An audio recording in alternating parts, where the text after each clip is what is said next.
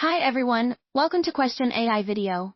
M/Udashboard/homePassage, one bird quest on his father's Pennsylvania farm. Young John James Audubon loved to find and draw birds. As an adult, he tried various businesses but failed at each one. In 1820, he took his wife and their 2 sons on a quest. Audubon set out to paint every type of North American bird in its natural habitat and at its actual size.